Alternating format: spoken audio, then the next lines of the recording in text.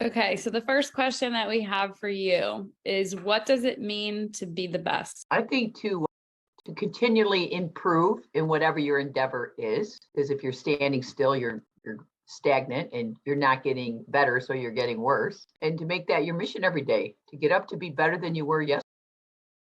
Use tenet for our program. Our duty is to leave the program better than we found it. And just like I think it's our job to leave the world better than you found it. Does that mean? It doesn't mean you just win more games, right? It's like how to get everybody all on board for the same vision, or how to get everybody to own any piece of the program, whether they're walking through the parking lot and there's trash, just to pick it up, even though it isn't your own, and to take care of the locker room of the hero. Okay.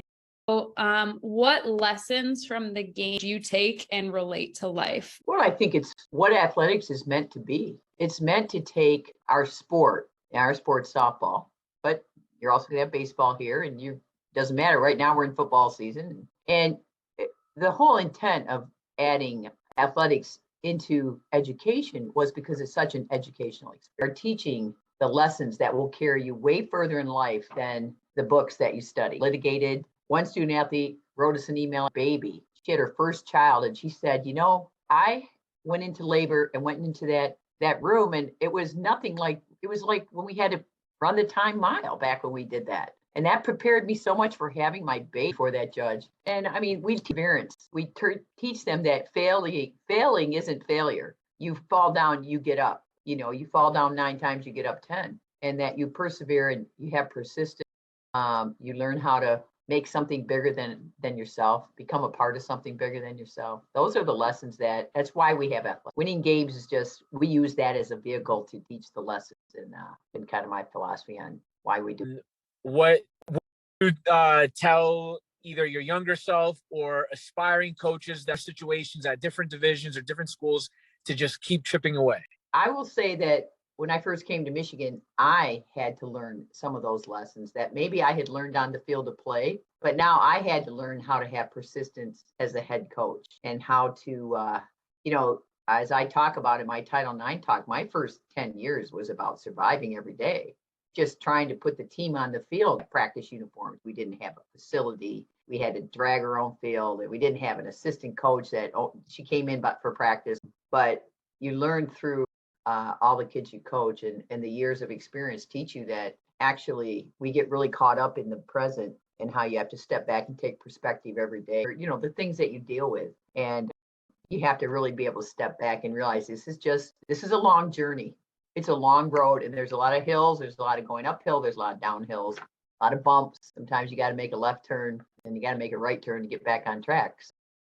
And that's easier said than done in the moment. And so really what I tell young people is, step back, always give time, take time so you can gain some perspective before you make any big, I've done more of that, and then done more of, make sure you take a while before you say something, because you can't unsay it. And the things that you learn along the way, those are some of them. How would you say that your challenges as a coach have shaped you into the person that you are today? And what things do you think need to keep happening, I guess, with Title IX to advance women's sports? Well, I grew up knowing that boys were more important than girls. Now, I didn't like it, and I didn't really understand why. I finally gotten a job, and I love to tell people my mom wanted to know if I was going to ever get a real job. And I, came into coaching, and before I got to Michigan, but when I got to Michigan, and of course I made less money, no support staff. We had no scholarships. We had no facility. And every day you were just like, oh, I'm the head coach at Michigan. And I look at all these student athletes I'm trying to help impact. And of course, I think I'm just there to try to win games. And, again, your experience are, but along the way, I had to fight every day just to put a quality practice on the field. I was teaching the history. I'm spending some time doing now, and I hope to do when I come out your way, because I don't think most people really understand the history, what it was like and where we've come, but most importantly, where do we still need to go? And things aren't equitable. And what does equity look like? And, the fact that we have to try to define it, to me, tells you the whole story. Like, what do you mean we have to decide what equity? Is there a specific instance or point in your career where you were happy you fought that battle you picked, that gave you insights that has now shaped you into the person you are now? I believe strongly that when you send me your daughter and you send our baseball coach your son, that they deserve the exact same opportunity. And I believe that women deserve the same opportunities to do what the boys do. Not more opportunity, same opportunity. I believe that strongly. I believe that's what should be occurring in education, should be occurring in life. And the stats tell it all. There are women leadership is still well behind men's. Opportunities for women are still behind men. And you can go on and on. And so diversity, equity, and inclusion is a really nice t-shirt, but it's definitely not something that people really understand. And so am I glad I picked it? I think it picked me. What advice would you give, whether it's your own athletes or younger athletes, on how to best succeed in their sport and then ultimately in life?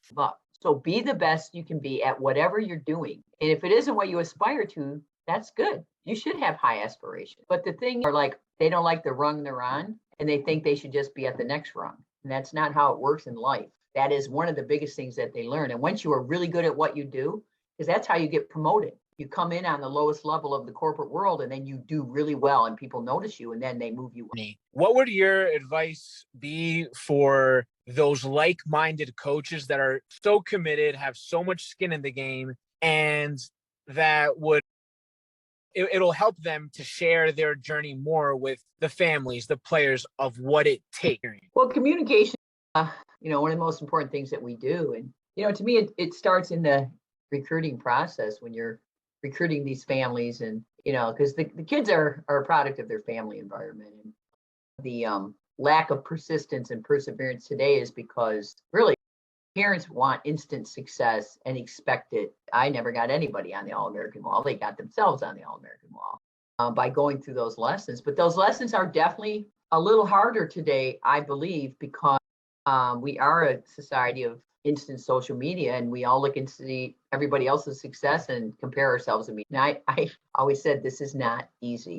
I may be the only coach telling you this, but this is not an easy journey. It will be the hardest thing you've ever done to date, and it will be worth every minute of A quick little snippet, I guess, from you is talking about maybe what you're excited for the event and what you're looking forward to at Be the Best. But one of the greatest things about going to a clinic like this is not just listening to speakers who are usually up on a stage and lecturing you with all their wisdom, but it's the chance to interact, which is created by both the social events and the fact that the speakers are so accessible as they are out in the audience listening to the other speakers. And they go there because they not only want to share with all the folks there, but they want to learn from the folks there, because all the people attending are engaged in the sport. They're engaged in the business of people, because sport is a people business. And so that's the beauty of being involved in a clinic like this. Is it's a people business and it's a people networking.